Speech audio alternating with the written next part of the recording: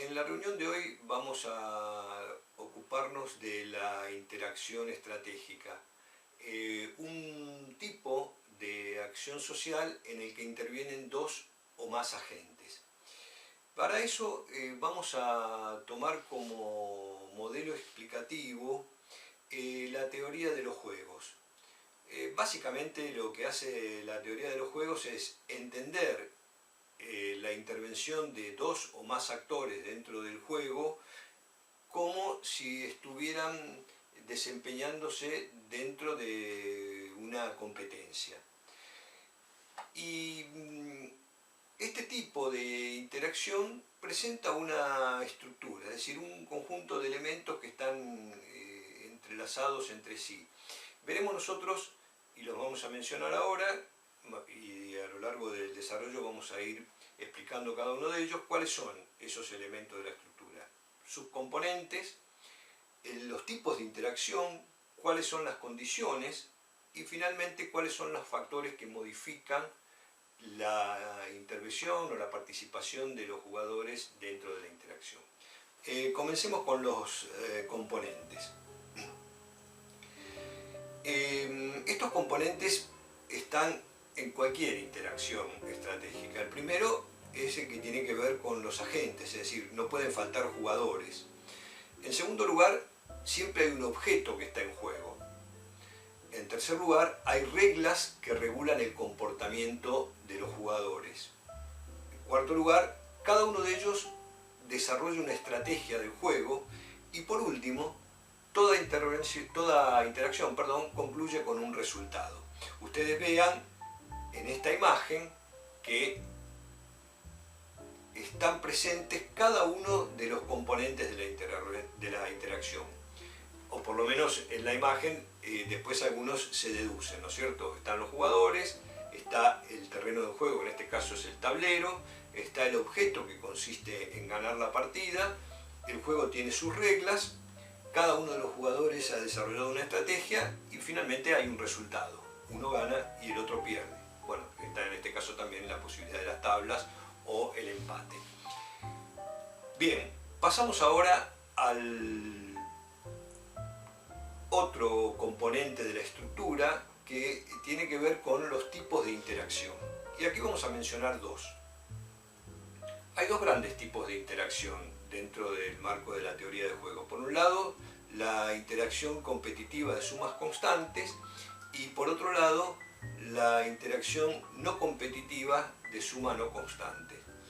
En el primer caso, el más emblemático de ellos es los juegos de suma cero, que esto quiere decir que lo que un jugador gana, el otro lo pierde. El caso de las interacciones no competitivas de suma no constante son más flexibles y tienen algunos rasgos que las caracterizan. El primero de ellos es que la utilidad es variable, no hay algo que uno gana y lo que ese gana lo pierde, sino que digamos, el objeto que está en juego puede ir variando en el transcurso del desarrollo. Otro de los rasgos que caracterizan a este tipo de interacción es que se buscan soluciones ventajosas para todos los participantes. Y por último, lo que se trata es de obtener resultados satisfactorios, nunca resultados óptimos que, como se dice habitualmente, tensen tanto la cuerda que finalmente puedan romperla, ¿no es cierto? Es decir, que uno de los jugadores juegue, por decirlo así, a todo o nada. Vamos ahora a las condiciones de la interacción estratégica. Aquí también vamos a mencionar los principales. La primera de ellas es que hay una dependencia recíproca de los agentes. Esto significa que ningún jugador puede pensar que está jugando solo. Los otros siempre también juegan. En segundo lugar, cada jugador persigue sus propios intereses. Y en tercer lugar, en algunos casos o en algunos momentos del juego, los intereses de estos jugadores entran en conflicto. Permítanme una palabra con respecto a la segunda de estas condiciones. Si bien cada uno de los jugadores persigue su interés a título individual, es probable cuando hay más de dos actores que se puedan establecer alianzas entre ellos con vista, como decíamos, a tener a lo mejor una utilidad variable, es decir, dos se alían contra otros dos o contra uno para obtener un resultado más satisfactorio. Pero en cualquier caso, cada uno de los agentes que intervienen no deja de perseguir su interés particular, aun cuando tenga que resignar en algún momento posiciones, ¿no es cierto? ¿Cuáles son los factores modificantes de la interacción estratégica? Bueno, vamos a mencionar 4 que son los principales, ¿no es cierto? El primero de esos 4 factores es la planificación. Cada uno entra al juego con un plan que después tendrá que ir manteniendo o modificando. El segundo es negociar, es decir, los jugadores cuando están interactuando, sobre todo en los juegos no competitivos, negocian y, como decíamos antes, resignan posiciones, según el estado en el que se está desarrollando el juego van por más, pero siempre teniendo en cuenta lo que también habíamos mencionado antes, que los demás también juegan, ninguno está jugando solo. Es imprescindible comprender el contexto, la atmósfera, el clima en el que el juego se está desarrollando, y uno no puede prescindir de lo que rodea a las condiciones del juego.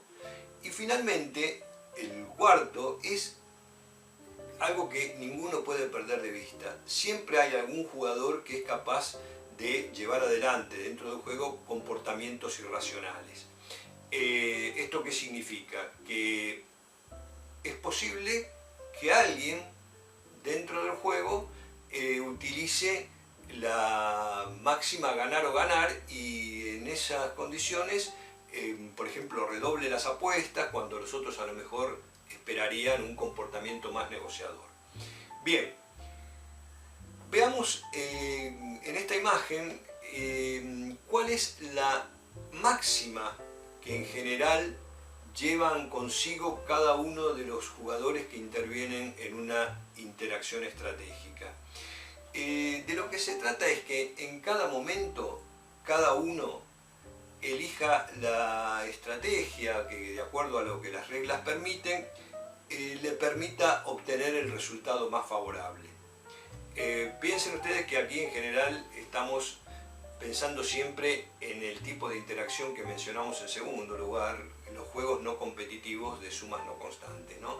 Se negocia, se trata de conseguir el mejor resultado posible, y dentro de las condiciones, porque a veces uno no puede salir con todas las de ganar, lo que se procura es salir lo mejor parado posible.